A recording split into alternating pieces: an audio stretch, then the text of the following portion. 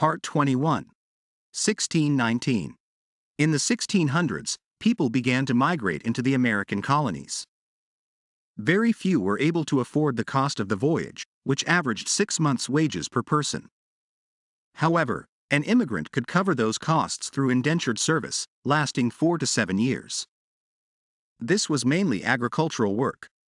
Once his commitment was fulfilled, he would become a citizen, receive 50 acres of land, and could hire the next wave of immigrating indentured servants to work the land he now owned.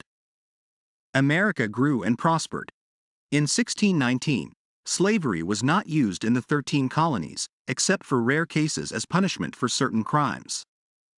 However, Africans were often brought to South America and the Caribbean for the purpose of slavery.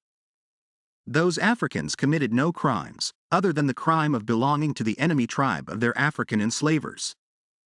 In the summer of 1619, a Spanish ship, the San Juan Bautista, was transporting African slaves to Veracruz, Mexico. That ship was intercepted by 2 English ships, the White Lion and the Treasurer. The Spanish claimed the Africans were stolen from them, however the incident could also be viewed as a rescue mission. Those Africans were brought to Virginia and given citizenship and 50 acres of land, just like any other immigrant, following a 7-year period of indentured servitude. Very often, Africans were liberated from South America and the Caribbean, and given the opportunity to become landowners in America. One such immigrant was a black African from Angola, named Anthony Johnson. He worked his way into citizenship, owned land, married, and received other African immigrants. But in 1654, he petitioned the courts to allow him to keep his servant, John Cassar, for life.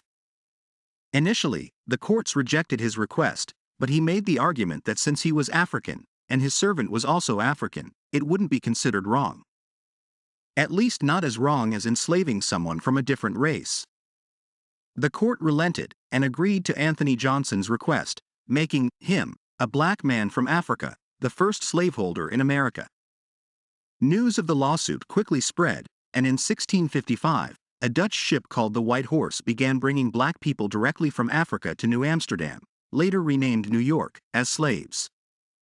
That's when slavery began in this country. It wasn't in Jamestown, Virginia in 1619. That was honest citizenship. So the next time someone mentions 1619, say, "You're welcome."